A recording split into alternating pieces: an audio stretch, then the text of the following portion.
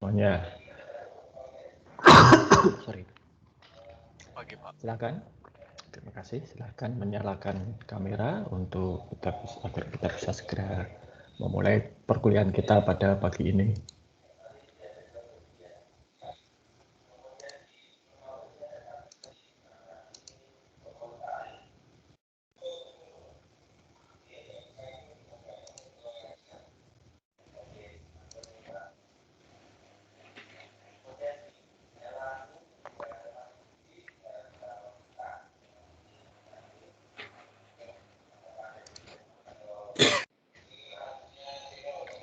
Oke, sudah kita langsung saja ya, meskipun belum semuanya hadir. Nah, sampai sejauh ini kita sudah membicarakan ya, apa itu barang informasi, bagaimana kita bisa menghitung biaya untuk menghasilkan barang informasi. Dalam hal ini contoh-contoh yang selalu kita pakai adalah aplikasi ya, software. Bagaimana kita bisa menjual harga, menetapkan harga untuk barang informasi, bagaimana kita menjualnya, dalam artian berapa harganya, siapa sasaran yang kita tuju, dan seterusnya. Nah, kalau Anda ingat, salah satu ciri khas barang informasi itu adalah biaya untuk menggandakan dan mendistribusikannya hampir nol. Tidak benar-benar nol, dan mungkin di beberapa situasi atau kasus itu juga tidak murah-murah banget, ya. Tetapi secara umum barang informasi itu mudah sekali untuk digandakan dan mudah sekali untuk didistribusikan. Nah, ini dampaknya bagaimana? Dampaknya ya mungkin kalian sudah melihat dan sudah merasakan atau bahkan mempraktekkannya. Ya. Seberapa mudah membuat salinan dari satu file. Seberapa mudah membajak satu aplikasi. Ya. Siapa yang belum pernah menggunakan atau merasakan manfaatnya dari video bajakan, lagu bajakan, aplikasi bajakan, gitu. Ya. Ini pertanyaan retoris, nggak usah dijawab. Nanti kalau kita diadili gara-gara ini, lalu ini jadi bukti, gitu kan, repot ya kalau ada yang menjawab, pernah Pak, gitu kan. Ya. Oke. Bukan masalah pernah atau tidak pernah, tetapi mari kita lihat peristiwa tersebut dalam sudut pandang berat. Betapa mudahnya barang-barang informasi ini digandakan, disalin, dan didistribusikan. Ya. Saya ingat betul dulu ada Napster, ada LimeWire, ya, yang itu adalah peer-to-peer, ya, jaringan peer-to-peer yang sebetulnya teknologi jaringan peer-to-peer ini tidak buruk, ya. Teknologi itu tidak ada yang buruk. Teknologi itu netral. Manusianya itu yang kemudian harus dipertanyakan bagaimana cara mereka melakukan atau menggunakan teknologi tersebut. Nah, dulu yang paling terkenal dan membuat saya jadi tidak terlalu simpati, ya. Jadi kalau Anda pernah mendengar ada satu band metal namanya Metallica, gitu ya. Nah, saya itu penggemar Metallica. Setidaknya sampai album mereka yang ketiga. Setelah album yang keempat dan lima itu menjadi terlalu mellow mereka. Ya. Nah, tapi Metallica pada waktu itu membawa Napster ke pengadilan, ya, dengan tuduhan Napster itu menjadi alat untuk mendistribusikan lagu-lagu bajakan Metallica. Mereka menuntut dan menang. Ya, Napster kalah. Itu yang membuat saya jadi tidak simpati pada Metallica. Kenapa ya? Sangat sulit untuk dapat lagu-lagu Metallica dengan pada waktu itu ya, harganya terlalu mahal. Oke. Saya juga pernah ada seorang artis gitu ya, musik rap di Amerika Serikat sana. Yang dalam satu wawancara, satu talk show itu mengatakan, kalau kalian itu membaca atau ya para pembajak lah ya itu membajak lagu saya, ya, kalian akan merampok pendapatan saya, gitu ya. Kalau dia cerita proses kreatifnya, bagaimana dia menciptakan lagu dan lain sebagainya, bagaimana susahnya rekaman, dapat kontrak dan lain sebagainya. Saya terus terang pada waktu itu ya melihat itu, oh ya benar ya, karena penyanyi pencipta lagu dengan biasanya yang barang-barang seperti itu mereka dibayar berdasarkan royalti. Ya. Saya sudah punya 4 buku dan saya itu dibayar oleh penerbit ketika buku saya itu sudah laku. Kalau belum laku ya nggak dibayar. Ya. Itu saya yang buku saya mungkin sekali cetak hanya 1000 eksemplar ya. Penyanyi rap ini kan mungkin sekali menerbitkan lagu atau album bisa jutaan. Kalau tidak salah dia sudah mencapai platinum kalau di Amerika Serikat. Platinum itu artinya kalau di Amerika Serikat terjual minimal 1 juta kopi. Nah, dia mengatakan itu dalam satu talk show ya, saya lupa. Saya wah ya, lalu muncul kesadaran dalam diri saya. Oh ya benar juga itu ya. Saya merampok hak orang lain. Tapi kemudian di hari yang berbeda saya melihat acara lain. Mungkin kalau Anda pernah lihat, saya nggak tahu masih pada lihat Kak.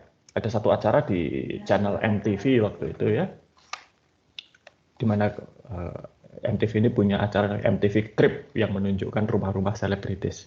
Nah kebetulan ya dalam episode tersebut penyanyi rap tersebut yang rumahnya dikunjungi ya. Ini 20 tahun yang lalu ya. Dan saya melihat, wah mewah banget.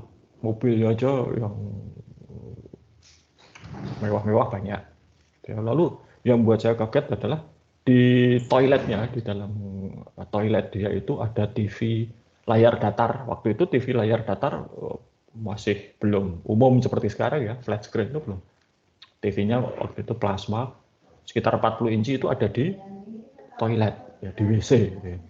Nah saya pikir, yang dirampok oleh pembajak itu apanya? Oh, lagunya dibajak aja bisa sekaya itu. Ya. Jadi saya tidak terlalu merasa bersalah.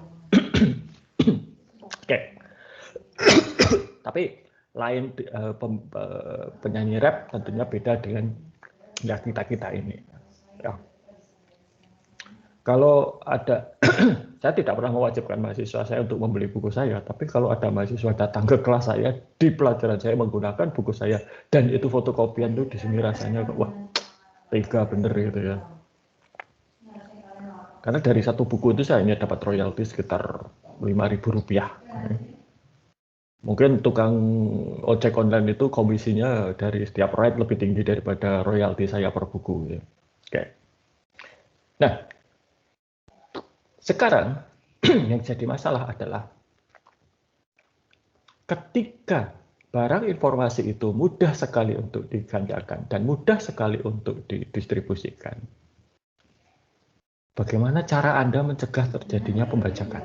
Bagaimana cara Anda mencegah orang lain yang tidak membeli atau tidak membayar hak pakai atas produk informasi yang Anda hasilkan, itu bisa dicegah. Anda bikin lagu, bagaimana caranya supaya orang itu tidak membajak.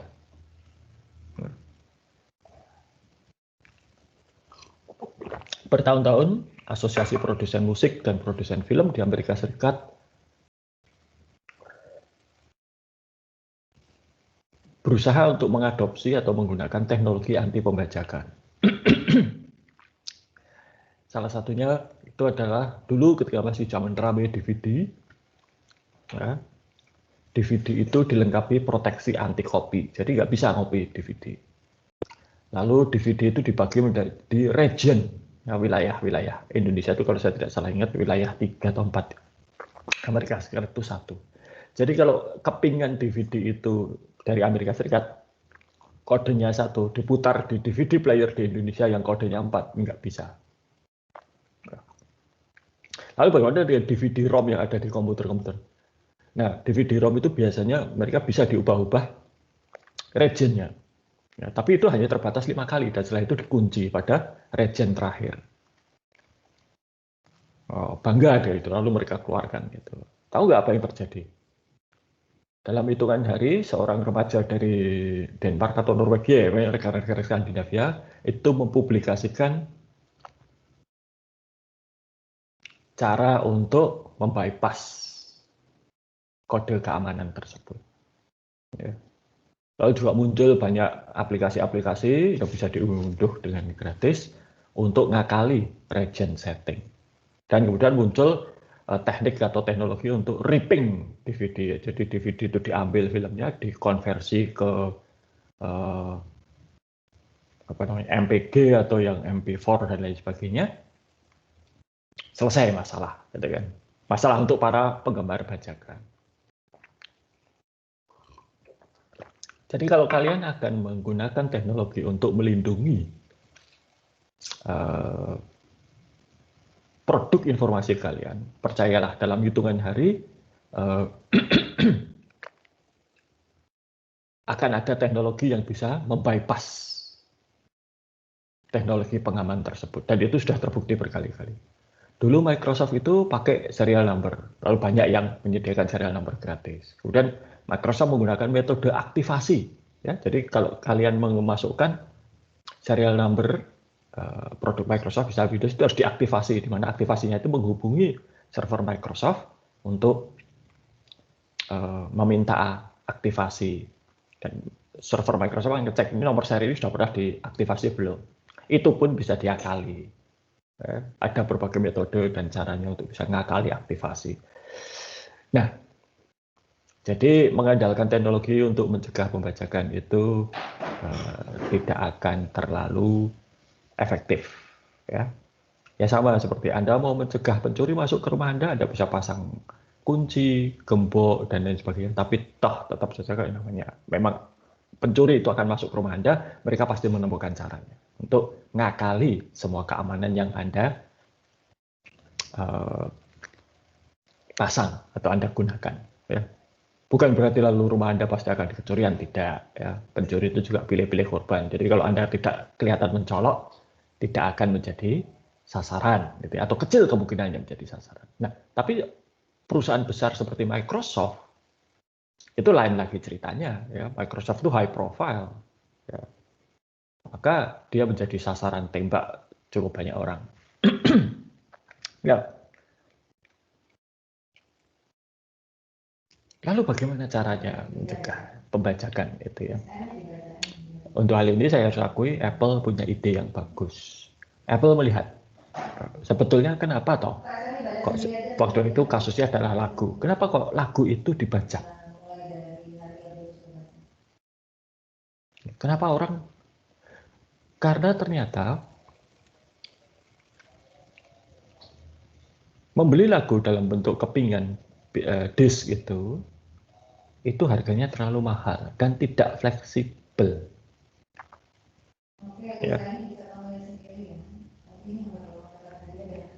Banyak orang itu membajak, mengcopy CD dan lain sebagainya. Itu bukan apa-apa. Mereka tuh punya satu CD bagus lagunya, mereka suka artisnya, dan mungkin mereka menabung untuk itu. Tapi ketika itu nanti rusak, itu tidak bisa dipakai lagi. Jangankan rusak, tergores saja, itu nanti sudah tidak bisa dipakai lagi. Saya dulu punya satu CD, musisi Irlandia, kalau Anda pernah mendengar ada penyanyi wanita yang namanya Enya, itu ya. Nah, itu saya beli setelah nabung cukup lama, tidak jajan atau mengurangi jajan. Lalu suatu ketika dipinjam teman, pulang-pulang sudah ada goresan besar, dan Enya-nya, kalau kemudian lagunya diputar, Enya yang tadinya menyanyi dengan lancar dan lafalnya bagus menjadi gagap, gitu ya, tersendat-sendat karena tergores tersebut. Nah, mahal ya, dan tidak fleksibel. Jadi mengapa orang membuat bajakan? Ya karena mereka pengen tetap menikmati musik itu dengan aman, maka dibuat backup, gitu ya. Nomor satu di pelajaran IT itu adalah apa? Selalu buat backup, gitu kan. Dan mereka ingin lagu itu bisa diputar ya di mana mereka berada. Mungkin di kantor, buat satu kopi untuk diputar di kantor. Di mobil, Anda tahu kan CD itu kalau kepanasan di dalam mobil gitu ya, dia bisa menjadi rusak, bisa melengkung dan atau bergelombang bahkan gitu ya, sehingga tidak bisa digunakan. Di mobil satu, di kantor satu, yang aslinya di rumah. Nanti kalau mau dipinjam-pinjam, sorry, dibuatkan satu kopian lagi, sehingga aslinya itu tetap aman. Jadi niat sebetulnya itu adalah itu ya tidak selalu sih, ada juga yang memang brengsek penjahat gitu ya untuk disebarluaskan gitu ya. Dijual itu ya ada. Lihat aja kalau sekarang masih ada tuh itu di Jalan Mataram gitu ya. Nah, maka kemudian Apple keluar dengan seri ketika Apple itu mengeluarkan iPod ya, pemutar MP3. Apple berpikir ini meluncurkan produk pemutar lagu MP3 tanpa ada lagunya itu sama saja dengan jualan motor tapi nggak ada bensinnya. Tidak ada yang jualan bensin, maka harus ada yang jualan bensin. Maka Apple kemudian menjual lagu-lagu lewat iTunes mereka. Kalau sekarang iTunes sudah berubah menjadi Apple Music ya. Nah, apa istimewanya iTunes? Lagunya dijual eceran. Boleh membeli tidak penuh satu album, tapi per lagu boleh. Mau beli satu album ya bisa. Dan kalau satu album nanti pakai prinsip bundling gitu ya. Jadi 10 lagu, kalau per lagu itu kalau tidak salah ingat dulu harganya 99 sen dolar. Kalau 10 lagu ya nggak sampai 10 dolar. Bahkan tidak sampai 9 dolar, lebih murah gitu kan. Nah, Anda kan mungkin saja kalau satu album itu ya tidak semua lagu disukai, mungkin hanya 2, 3 gitu ya. Sudah Anda bisa beli 2, 3 yang Anda sukai itu saja. Nanti kalau ada lagu lain yang Anda sukai, lalu lagu yang diunduh dari iTunes itu boleh dimainkan di 5 perangkat yang berbeda. Ya, iPod 1, iPhone 1, Mac 1, PC 1 gitu ya bisa. Di lebih dari 5 itu tidak bisa. Lalu kemudian Apple juga menjual lagu yang tanpa proteksi. Jadi mau di-copy, dimainkan di mana saja bisa. Harganya kalau tidak salah $1 lebih mahal 30 sen, $1.20 sekian gitu ya. Dan itu laris. Jadi kemudian orang melihat, oh ternyata para pembajak itu sebagian besar, orang baik-baik yang melakukan pembajakan itu adalah karena harganya terlalu mahal dan tidak fleksibel. Kemudian ketika modelnya diubah, harganya menjadi lebih terjangkau dan fleksibel, laris. Nah, lalu kemudian muncul model streaming seperti Spotify, Joox, dan lain-lain. Di mana bayar langganan sekali sebulan mendengarkan lagu sepuasnya ya, sampai kupingnya rontok juga nggak masalah. Atau kalau nggak mau bayar boleh, tapi fleksibilitasnya dikurangi. Apa? Tiap sekian lagu iklan, gitu ya. Nanti Anda dari urutan itu 5 kali dalam 1 jam misalnya dan seterusnya. Ada restriksi atau batasan-batasan. Dan itu kemudian mematikan layanan mengunduh lagu seperti iTunes. Kemudian iTunes berubah menjadi Apple Music yang juga bersifat streaming. Nah itu, itu salah satu cara untuk mencegah pembajakan. Itu menghilangkan salah satu alasan pembajakan yaitu harga ya, yang terlalu mahal. Nah, tapi ini tidak bisa diterapkan pada semua jenis barang informasi. Ya kalau lagu itu memang pada dasarnya dia dibuat eceran supaya uh, dijual dalam jumlah besar, massal gitu ya. Dan biaya memproduksi lagu itu sebetulnya juga tidak besar-besar banget ya. Lebih besar itu biayanya itu bayar artisnya.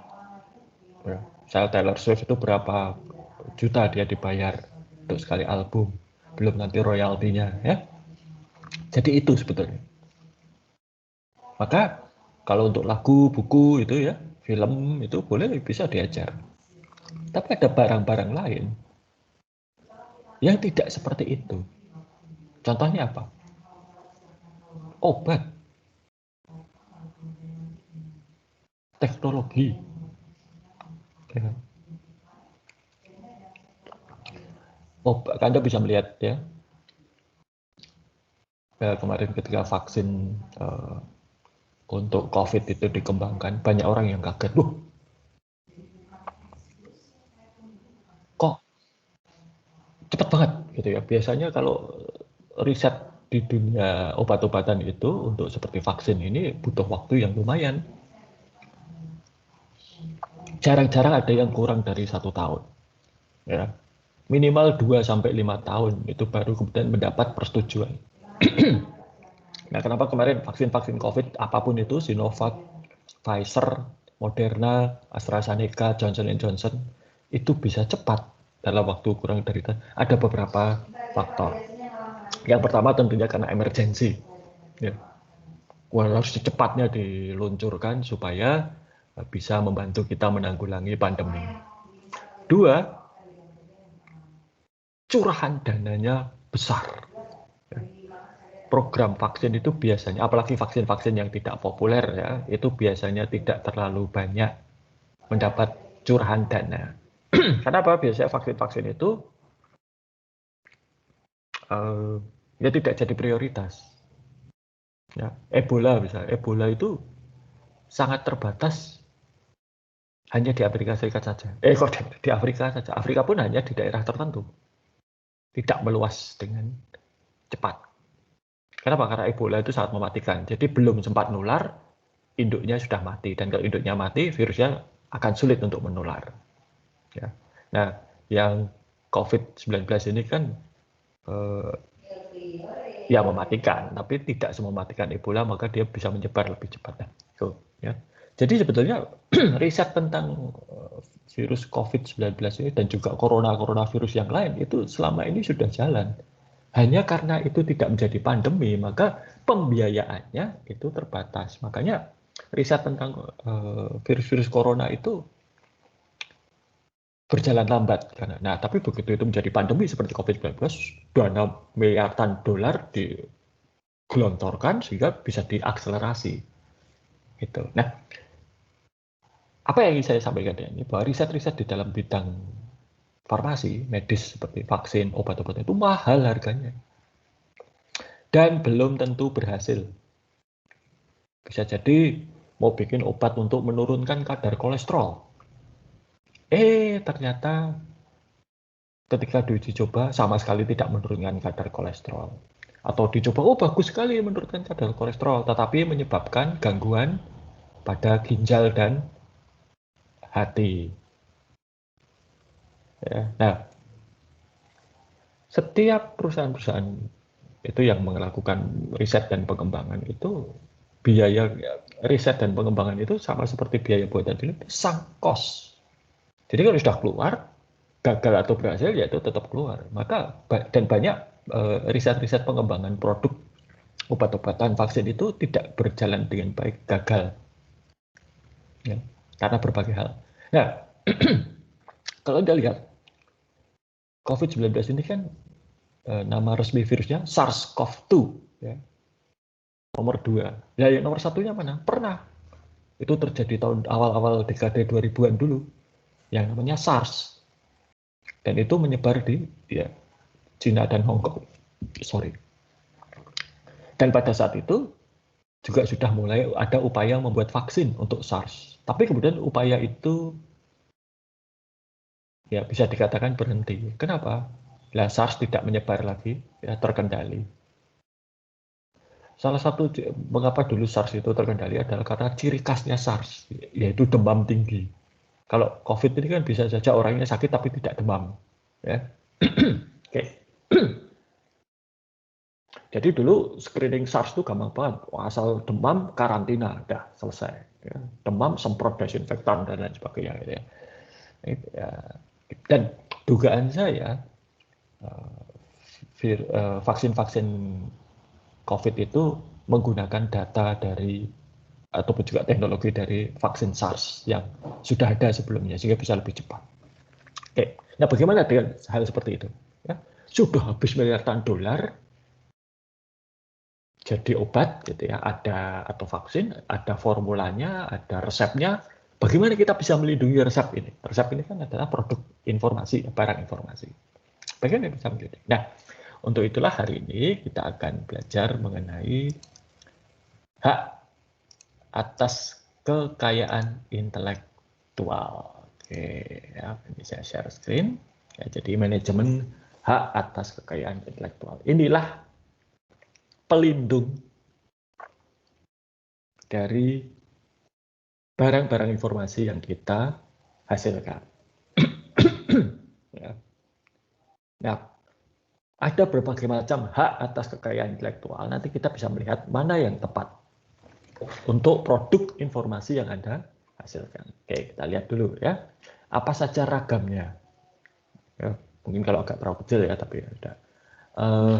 Satu itu hak cipta.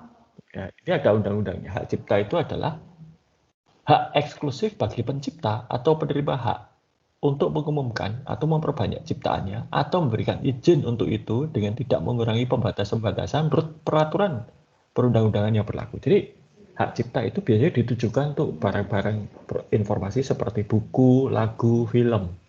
Ya. Jadi hak untuk menciptakan sesuatu dan itu nanti bisa digandakan dan didistribusikan. Dan mengapa di sini ada kata-kata pencipta atau penerima hak? Karena belum tentu pemegang hak cipta itu adalah si penciptanya. Bisa jadi pemegang hak ciptanya si pencipta, lalu dia meninggal, diturunkan ke ahli waris ya. Atau si penciptanya itu mengalihkan hak ciptanya ke pihak lain. Ya. Seperti kalau Anda pernah mendengar cerita Peter Pan, ya, si penulisnya Peter Pan itu menghibahkan atau menyumbangkan hak cipta Peter Pan itu kepada satu rumah sakit di Inggris. Jadi setiap kali Peter Pan ini bukunya terjual, ada filmnya terjual, itu royaltinya atau ya royalti ya nanti kita bahas royalti apa masuk ke rumah sakit tersebut. Ini itu hak cipta. Lalu ada paten. Ya, paten itu adalah hak eksklusif yang diberikan oleh negara kepada inventor. Inventor itu penemu, ya, bukan pencipta ya, penemu.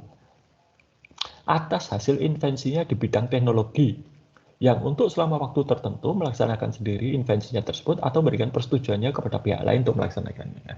Jadi kalau seperti obat, kemudian juga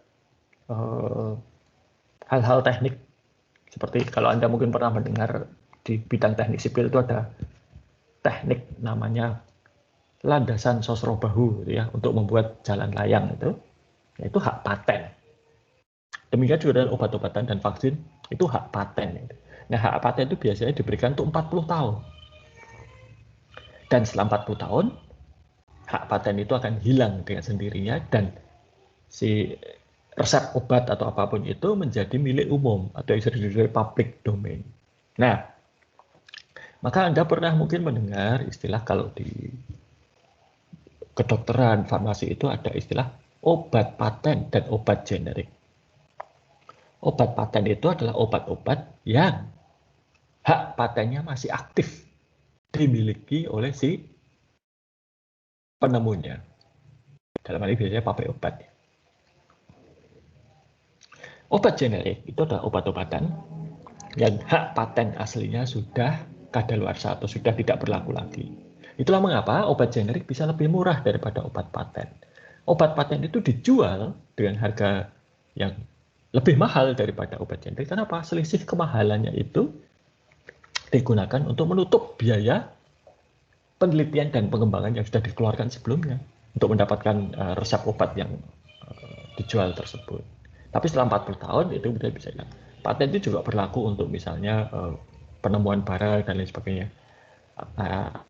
Samsung, Google, Apple itu sering teknologi mereka. Paten itu setahu saya tidak bisa diterapkan untuk software, untuk algoritma, dan berupa produk teknologi. Ya. Dan itu hanya yang menang. Ya. Oke, paten ya. Dulu Google itu pernah membeli satu perusahaan, bukan satu perusahaan, jadi produsen handphone terbesar di Amerika itu adalah motor. Tapi salah satunya yang cukup besar itu adalah handphonenya, divisi handphone. Suatu ketika tiba-tiba Google membelinya dengan harga 6 miliar dolar atau berapa saya nggak lupa, besar. Kaget semua. Ya. Kok dibeli divisi handphonenya Motorola itu dibeli oleh Google. Banyak orang berspekulasi Google akan jadi produsen handphone Android seperti Samsung. Tapi itu sempat juga menjadi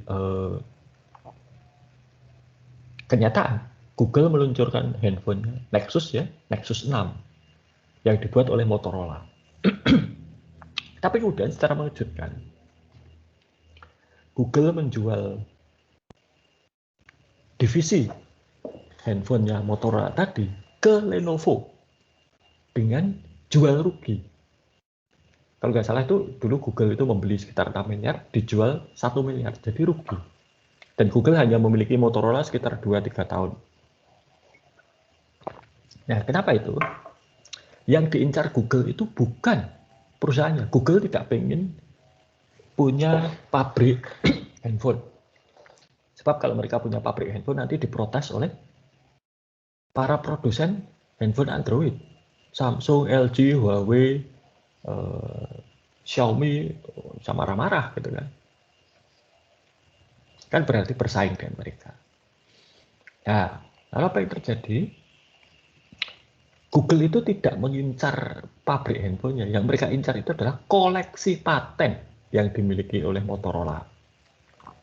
Ya. Nah, maka ketika divisi handphonenya Motorola dijual ke Lenovo, paten-paten miliknya tidak ikut dijual. Nah, kenapa Google kok karena Google butuh hak paten itu untuk bukannya Google akan cari royalti, tidak. Tapi Google berusaha melindungi Android. Nah ini, kenapa? Karena ini ada melaksanakan sendiri investasinya atau memberikan persetujuannya pada pihak lain untuk melaksanakan.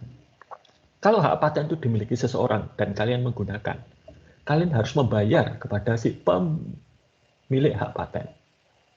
Ini dulu terjadi dengan iPhone generasi pertama. Apple itu pada waktu itu belum punya paten untuk teknologi seluler, maka mereka menggunakan paten dari perusahaan lain. Salah satu yang cukup signifikan paten yang dipakai oleh Apple itu adalah Nokia. Jadi setiap satu unit iPhone terjual, laris kan waktu itu, Nokia terima royalti. Maka semakin laris iPhone, semakin besar royalti yang diterima Nokia. Ini, ya. Di Amerika Serikat, itu hak paten tidak boleh dimiliki sendiri. Ya, saya pakai sendiri, nggak boleh. Beberapa jenis hak paten, terutama yang bersifat teknologi, itu boleh dipakai oleh orang lain dengan membayar harga tertentu. Ya, dan harganya juga sudah diatur supaya tidak berlebihan. Oke, lah paten ya. Jadi bedanya hak cipta dengan paten apa? Hak cipta melindungi karyanya, tulisannya, film, lagu. Paten itu melindungi idenya, bukan ekspresi dari ide tersebut. Ya. Hak cipta orang lain itu boleh buat karya lain yang fungsinya sama, asalkan tidak dibuat berdasarkan karya yang sudah ada hak ciptanya. Coba kalian lihat buku pemrograman bahasa Java misalnya, atau buku pemrograman Python gitu ya. Itu kayak isinya mirip-mirip ya, tapi ya nggak apa-apa, hak ciptanya beda-beda. Ya, ini paten itu tidak bisa. Ya, sekali satu ide karya itu sudah dipatenkan, orang lain tidak bisa buat. Maka kalau Anda mengajukan paten, lalu kantor paten itu sudah melihat ini sudah pernah atau sudah ada hak patennya, pasti ditolak. Ya, oke. Ragam hak atas kekayaan intelektual berikutnya apa? Merek dagang. Ya, merek dagang itu adalah tanda yang berupa gambar, nama, kata, huruf-huruf, angka-angka, susunan warna atau kombinasi dari unsur-unsur tersebut yang memiliki daya pembeda dan digunakan dalam kegiatan perdagangan barang atau jasa. Contohnya kacang atom, cap ayam jantan, Indomie, mie sedap dan lain sebagainya. Itu bahkan seperti Pertalite itu juga milik Pertamina. Ya. merek dagang. Dan ada rahasia dagang. Rahasia dagang itu adalah informasi yang tidak diketahui umum di bidang teknologi dan atau bisnis. Contohnya apa? 17 resep rahasia ayam KFC, 17 berapa belas rempah gitu ya, dan bumbu. Dan ada service mark, itu adalah kata, frase, logo, simbol, warna, suara, bau yang digunakan oleh sebuah usaha bisnis untuk mengidentifikasi layannya dan membedakan dari kompetitornya. Ya. Jadi kalau merek dagang itu untuk perlindungan hukum, service mark itu untuk identitas. Contoh, Pegadaian itu punya semboyan menyelesaikan masalah tanpa masalah. Kalau McDonald itu I'm loving it, gitu ya. Nah, hal seperti itu. Lalu ada desain industri. Desain industri adalah kreasi tentang bentuk, konfigurasi atau komposisi garis satu warna atau garis dan warna atau gabungan yang berbentuk 3 dimensi atau 2 dimensi yang memberikan kesan estetis dan dapat diwujudkan dalam pola 3 dimensi atau 2 dimensi serta dapat dipakai untuk mewujudkan produk, barang, komoditas industri atau kerajinan tangan. Nah, itu misalnya mesin itu desain industri, gerobak untuk jualan desain industri, gitu ya. Desain tata letak sirkuit terpadu, itu adalah desain untuk chip komputer atau chip elektronik. Lalu ada indikasi geografis. Indikasi geografis itu apa? Tanda menunjukkan daerah asal satu barang yang karena faktor lingkungan, geografis, termasuk alam, manusia, dan kombinasi, itu memberikan ciri khas tertentu. Ya, contohnya apa? Ada salak pondoh, gitu. Ada salak condet. Salak pondoh itu kebetulan ya saya pernah melihat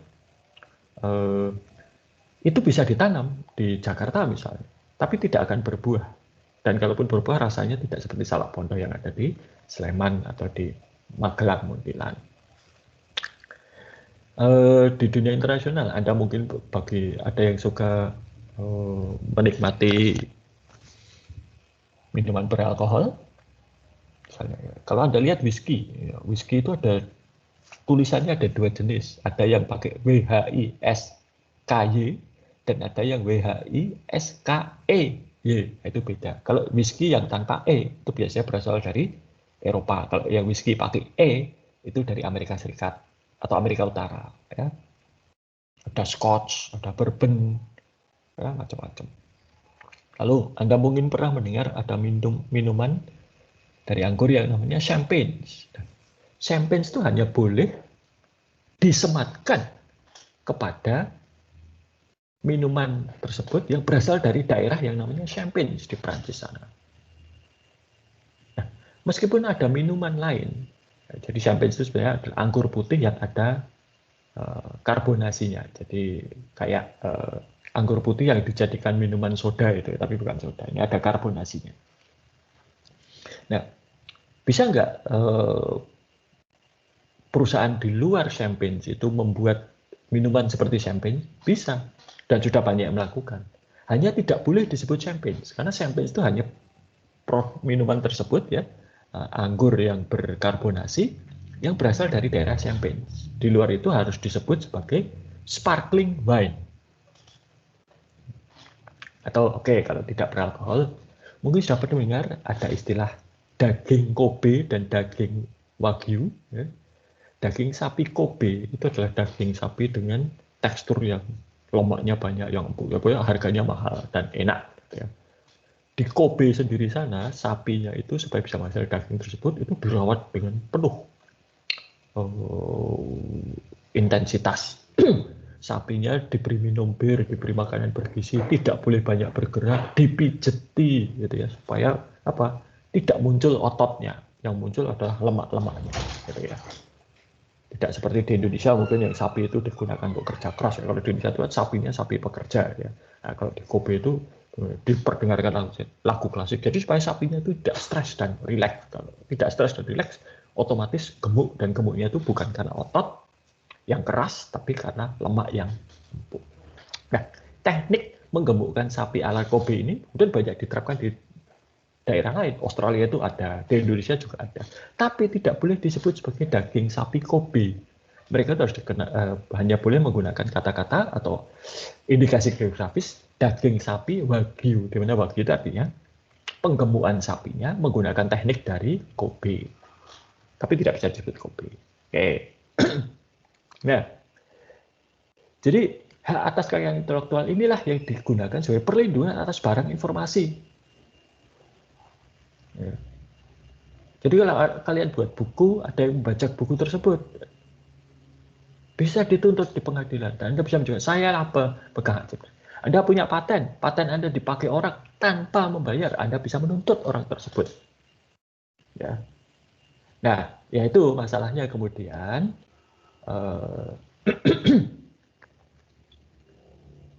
barang informasi dalam bentuk digital itu mudah sekali dibaca. Ya, maka kemudian bagaimana caranya? Ya, tadi strateginya menurunkan biaya distribusi dengan streaming tadi contohnya, ya. Atau juga ini ada beberapa strategi yang digunakan kita untuk bisa mencegah pembajakan. Ya. Misalnya lagu, album musik. Orang mungkin pengen tahu, ini lagunya asik nggak sih? Bisa mencoba mendengarkan. Dulu kalau di toko musik zaman saya masih SMA gitu ya, saya datang ke toko musik, ada banyak CD-CD itu yang bisa didengarkan contohnya. Kalau cocok tinggal beli yang masih segelan. Kalau tidak ya pergi. Ya. Ini dapat pembeli itu dapat mendengarkan calon pembeli itu dapat mendengarkan contoh lagu atau lihat kalau film itu trailernya atau baca bukunya atau baca reviewnya gitu ya sedikit-sedikit gitu untuk menentukan oh ya oke, saya suka ini ya. Memberikan sampel barang informasi itu biayanya lebih murah ya. Streaming lagu itu murah sekali dibandingkan misalnya memberikan sampel makanan di supermarket tetap harus disiapkan, dipotong kecil-kecil lalu dibagikan ya. Jadi kalau konsumen itu tertarik, mereka bisa beli yang lebih utuh, produk yang utuh. Lihat trailernya, oh kok bagus, beli nonton filmnya atau beli filmnya gitu ya dan seterusnya. Nah, tapi juga dalam memberikan contoh atau sampel gratisnya harus hati-hati. Sebagian kecil saja, ya. Jangan 10% dari filmnya yang ditunjukkan atau 10% lagunya ditunjukkan ya. Jadi tidak berikan spoiler ya. Dan berkualitas rendah biasanya. Resolusi gambarnya, kualitas suaranya, ya. Sulit untuk dicetak kalau untuk buku atau di copy. Jadi produsen atau percetakan itu punya teknik khusus untuk mencegah satu buku itu di copy, terutama buku-buku yang banyak gambarnya. Ya, mereka tuh pakai teknik pewarnaan khusus sehingga kalau di fotokopi tidak terlalu kelihatan. Gitu ya. Berikan contoh sebagian kecil dapat mendorong penjualan versi cetak. Ya, hanya sebagai contoh. Lalu juga banyak orang itu tidak, kalau misalnya contohnya itu dalam bentuk digital, orang kemudian membeli buku aslinya. Kenapa? Tidak nyaman membaca dalam laptop, desktop, atau smartphone. Kalau Anda mungkin nyaman, bagi beberapa orang tidak.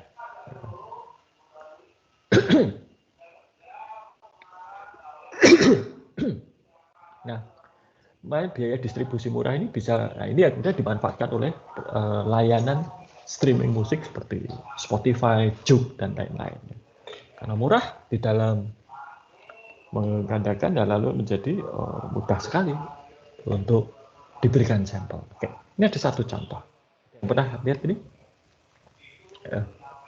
Ini dulu ketika anak saya kecil senang lihat ini ya, dan sehari bisa muter berkali-kali. Ini adalah Barney and Friends. Dibuat di akhir dekade 80-an. Ini bukan dari perusahaan TV besar. Ya, ini perusahaan independen. Kemudian mereka dengan sengaja CD-nya atau DVD-nya itu dibagikan gratis ke TK, PAUD, penitipan anak, playgroup ya, taman bermain. dan karena ini filmnya itu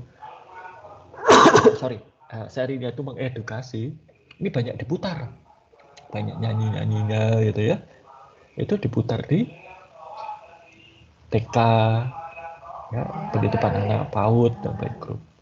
Nah, karena di sekolahan itu nonton itu, di rumah anak-anak ini kemudian minta pada orang tuanya belikan gitu ya. Nah, orang tuanya kemudian terpaksa membelikan, sukses besar ya. Jadi mereka taktiknya seperti itu, sebarkan saja ketika PAUD ya, dan seterusnya. Hal yang sama juga sering dilakukan oleh perguruan tinggi. Ya. Perguruan tinggi yang baik itu tidak akan mengiklankan seperti 900.000 rupiah bisa kuliah. Kuliah di tempat kami lebih murah, itu kan nggak ada ya seperti itu. Ya. Nah, caranya bagaimana? Ya kalau seperti Atmaja itu kan mengumumkan PMB perlu ya. PMB-nya kapan itu dipasang di itu. Tapi ada cara promosi lain yang lebih efektif. Yaitu apa? Guru-guru diberi pelatihan. Sekolah-sekolah diberi pelatihan. Nanti ada murid-muridnya, siswanya diberi pelatihan.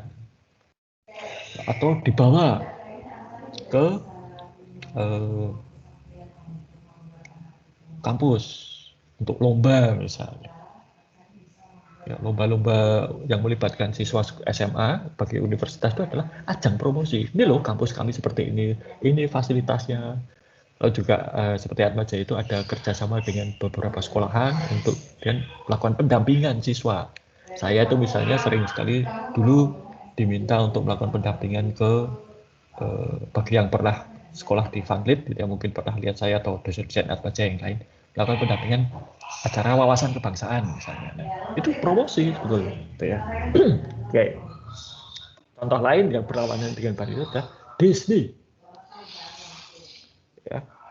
Disney ini bagi para pelanggar hak atas kekayaan diancam dengan hukuman. Jadi mereka sering sekali mengancam akan menuntut tempat pendidikan anak, TK, playgroup yang memutar film Disney tanpa izin lisensi berbayar. Bahkan ada 3 tempat pendidikan anak di Florida yang melukis karakter Disney tembok dituntut tanpa izin. Jadi kalau Disney itu melindungi dengan cara seperti itu, supaya apa? Supaya tidak dibajak. Kalau ini melindunginya dengan cara dibagikan gratis, ya, tapi bagi yang pengen beli, ya, nggak sama-sama efektif. Ya. Tapi metodenya Disney ini melindungi secara ketat hak ciptanya itu hanya bisa berjalan kalau si Disney-nya sendiri ini punya modal besar, ya, dan memang modalnya besar. Maka mereka bisa melakukan itu. Mereka bisa bayar pengacara mahal, mereka bisa berperkara di pengadilan berlama-lama tanpa kehilangan keuntungan. Uangnya baik. Sedangkan kalau ini enggak, ya, mereka pasang muka galak terhadap para pembajak, habis mereka, ya, nggak punya duit. Oke. Nah, ini saya pakai contoh majalah Playboy gitu. Ini berikan produk serupa tapi tak sama. Jadi Playboy itu kadang untuk dulu ya, kalau iklan itu mereka berikan contoh majalahnya. Playboy itu terkenal dengan foto-foto wanita gitu ya. Nah, mereka akan memajang gratis 1 foto. Kalau ingin lihat foto lain, beli edisi lengkap. Tiap foto itu lalu diberi watermark, diberi penanda khusus, ya. Dan Disney tidak keberatan foto gratis itu didownload maupun didistribusikan, selama kata-kata hak cipta milik Playboy tidak dihilangkan. Jadi Playboy boleh, silakan aja mau download, disebarkan foto gratisnya, monggo, tidak jadi masalah, gitu ya. Selama tulisan hak cipta milik Playboy tidak dihilangkan. Nah, bahkan kemudian Playboy itu bisa melakukan riset, ini fotonya udah kemana saja, berapa orang yang mengunduh, berapa orang yang melihat, berapa dia didistribusikan, dengan cara itu tadi menghitung berapa. Nah, jadi seperti kan berikan, kalau di supermarket Anda akan menjumpai sampel makanan, sampel minuman. Kok enak ya, beli, gitu ya. Kok nggak enak ya, nggak beli, gitu ya. Contoh lain antivirus, ya, ada yang ini AVG, ada yang gratis, ada yang berbayar. Tentunya yang gratis dan berbayar beda pasti. Saya dulu pernah ketika saya jadi kepala lab di Fakultas Ekonomi itu, kami menggunakan awalnya AVG yang gratis. Lalu ada satu virus, itu yang terdeteksi tapi tidak bisa dihilangkan. Dan itu menulari banyak komputer. Saya sampai pusing pada waktu itu. Lalu apa yang terjadi? Saya coba kirim sampel virusnya itu ke AVG. Sampai beberapa minggu tidak ada tanggapan. Saya coba kirim lagi, tidak ada tanggapan. Lalu kemudian saya minta kepada fakultas, tolong dong dibelikan antivirus AVG yang berbayar. Dibelikan. Dan ketika sudah dibelikan, bagaimana? Apakah virusnya terhapus? Enggak juga, tetap sama. terdeteksi, tapi tidak bisa dihapus. Hanya karena sekarang saya punya akun berbayar dan jumlah pembeliannya cukup besar, saya kirim lagi sampel virusnya ke AVG, dan tidak lama kemudian, kurang dari 24 jam, mereka mengatakan silahkan diupdate. Pada update yang baru ini ada fasilitas untuk mendeteksi dan menghapus virus tersebut. Benar, begitu saya update, bisa menghapus virus tersebut. Ya. Lalu juga kalau AVG yang gratisan itu update database virusnya sekali sehari. Kalau yang berbayar itu bisa 2-3 kali sehari. Ya. Ini. Nah, seberapa efektif cara memberikan sampel gratis? Ya. Calon pembeli itu bisa mencoba fitur-fiturnya. Seperti AVG Free itu kan bisa dicoba ya. Oh, ini bisa mendeteksi ini, oh itu bisa nyekan itu, gitu ya. Dan produk informasi itu memberikan sampel gratis, itu biayanya hampir nol. Ya, misalnya lagu, kalian perdengarkan lagu kalian itu kan diputer, tidak nambah biaya. Ya. Nah, yang jadi masalah kemudian adalah bagaimana pengguna itu ketika menikmati sampel gratis itu menjadi yakin untuk membeli versi berbayar. Maka biasanya di dalam trailer film ataupun juga dalam cuplikan buku itu ditampilkan yang menarik, ya. Yang lucu-lucu, yang seru gitu ya ditampilkan. Orang wah tertarik beli.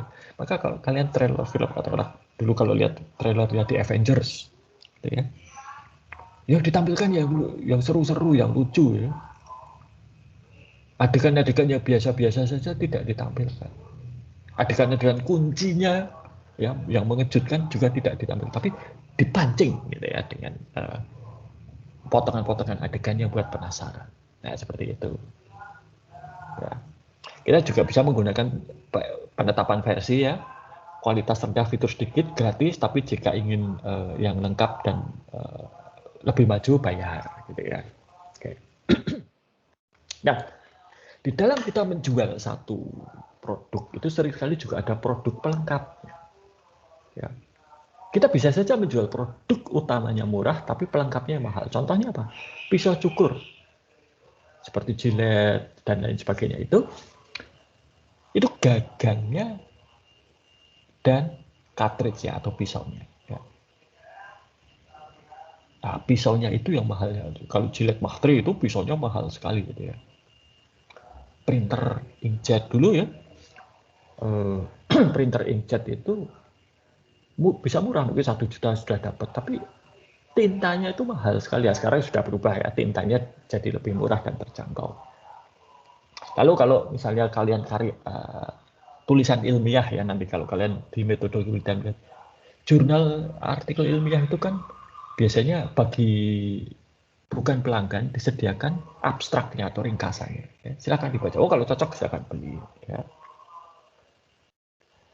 Lalu ini contoh The Economist dan Wall Street Journal, ini 2 publikasi bisnis besar di dunia. Itu kalau arsip artikelnya boleh dibaca-baca, tapi kalau download harus bayar. Itu. Nah, bagaimana untuk menghindari pembajakan? Ya. Untuk informasi yang sensitif terhadap waktu, pembajakan bukan masalah. Ya, misalnya untuk harga saham. Karena kalau informasi harga saham itu dibajak, biasanya kegunaan dari informasi tersebut sudah lewat. Harga sahamnya keluar jam 10 dan digunakan jam 10 itu juga, dibajak jam 11, sudah beda. Ya.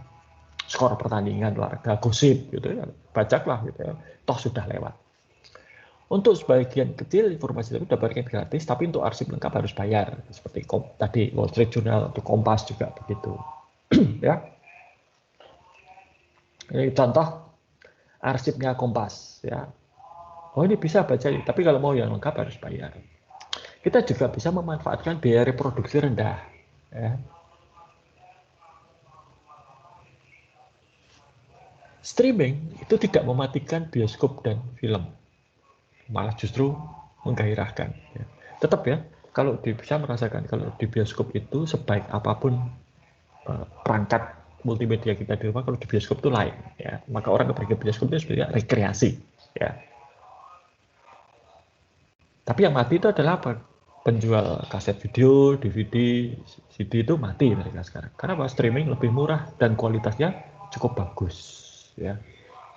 Nah, caranya untuk memanfaatkan ini adalah membuat syarat dan ketentuan penggunaan barang informasi. Nah, ini di mana hak atas kekayaan intelektual tadi, undang-undang itu bisa berlaku.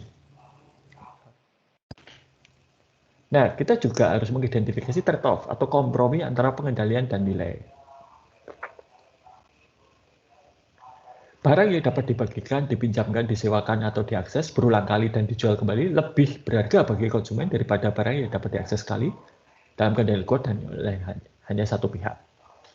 Maka, ya, dulu Apple iTunes itu ketika masih berupa download, harus download lagu, itu kalau yang pakai proteksi 99 sen, yang tidak pakai proteksi harganya 120 sen. Dan kemudian ada satu masa kemudian Apple memutuskan semua lagu dilepas proteksinya.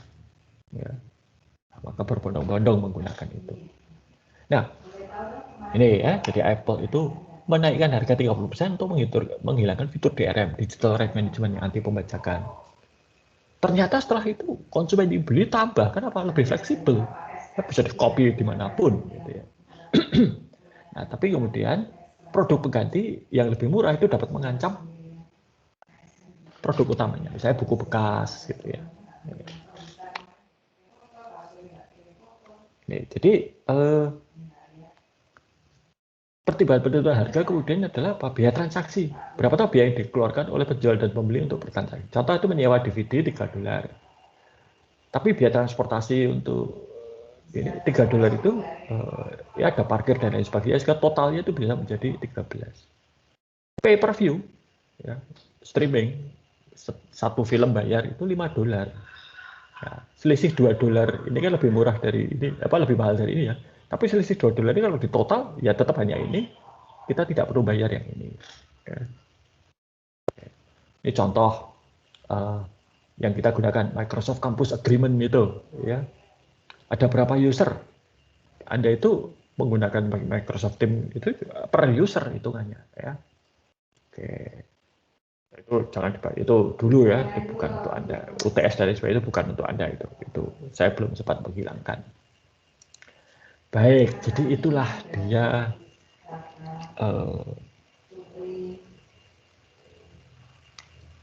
hak atas kekayaan intelektual. Jadi nanti kalau Anda punya produk informasi, Anda bisa memilih hak atas kekayaan intelektualnya itu apa. Kalau Anda ingin memanfaatkan ciptaan Anda itu sebagai ajang untuk mencari uang, dan itu sah-sah saja. Anda sudah berusaha keras, bekerja keras, menghasilkan sesuatu, kalau itu Anda gunakan untuk mendapatkan uang, boleh. Dulu ya, zaman saya masih kuliah, setiap kali saya belajar satu software yang baru, dan itu susah, ya, kemudian saya buat petunjuk penggunaannya itu sebagai artikel untuk majalah komputer di zaman saya. Lalu saya kirim ke sana. Dan beberapa kali diterima. Saya dapat uang dari itu. Boleh-boleh saja belajar softwarenya susah. Ya. Ingat ya, ini zaman dulu masih pakai disket. Jadi saya harus ngopi, lalu belajar sendiri. Belum ada internet, harus baca-baca manualnya, tanya-tanya, dan lain sebagainya. Ini. Oke. Ada pertanyaankah mengenai manajemen hak atas kekayaan intelektual? Ada yang belum jelas? Yang ingin diklarifikasi? Oke, nah. Kemudian kalau Anda lihat di situs kuliah, saya sudah meninggalkan tugas. Ya. Ini mengenai lisensi. Jadi kalau software itu tidak bisa dipatenkan. Tidak ada, ya ada hak ciptanya ya, tapi untuk software itu biasanya pakai lisensi. Hak pakai. Gitu ya. Jadi bukan membeli, lisensi itu hak pakai. Nah,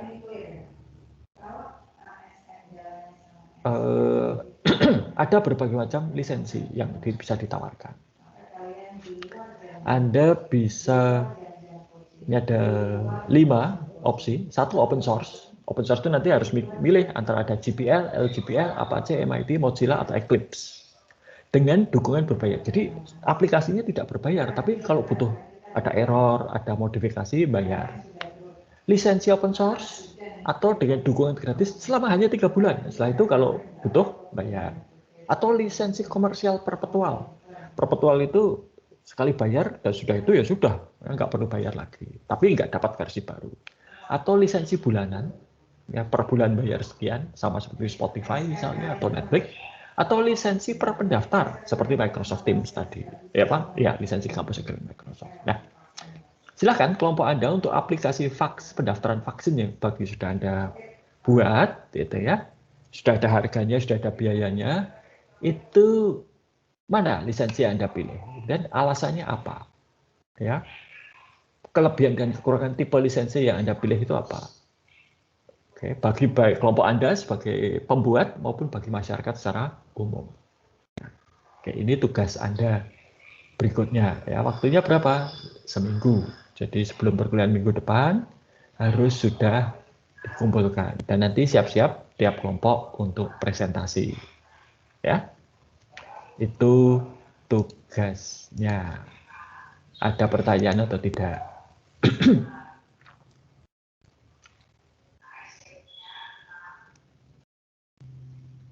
Baik, kalau tidak ada. Oke, Saya mau ya, kan silakan. itu tadi yang dijelasin secara singkat jenis-jenis lisensi open source ya. Untuk closed source-nya gimana Pak? Kan kebanyakan di iPhone kayaknya pada closed source semua tuh.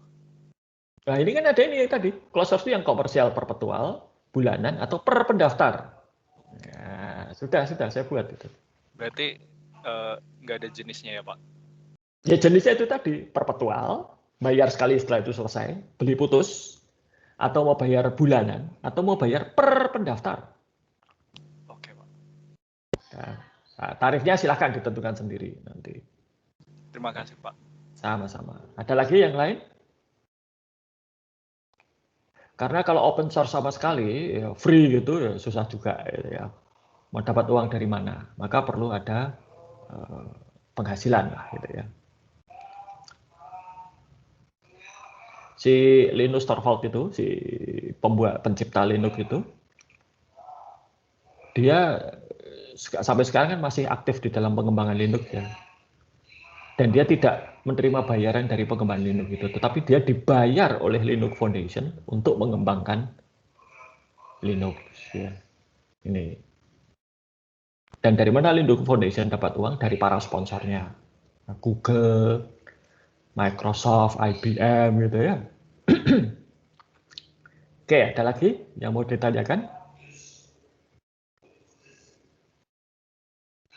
Ya sudah, kalau tidak ada, saya rasa kuliahnya cukup sekian dan sampai jumpa pada perkuliahan berikutnya.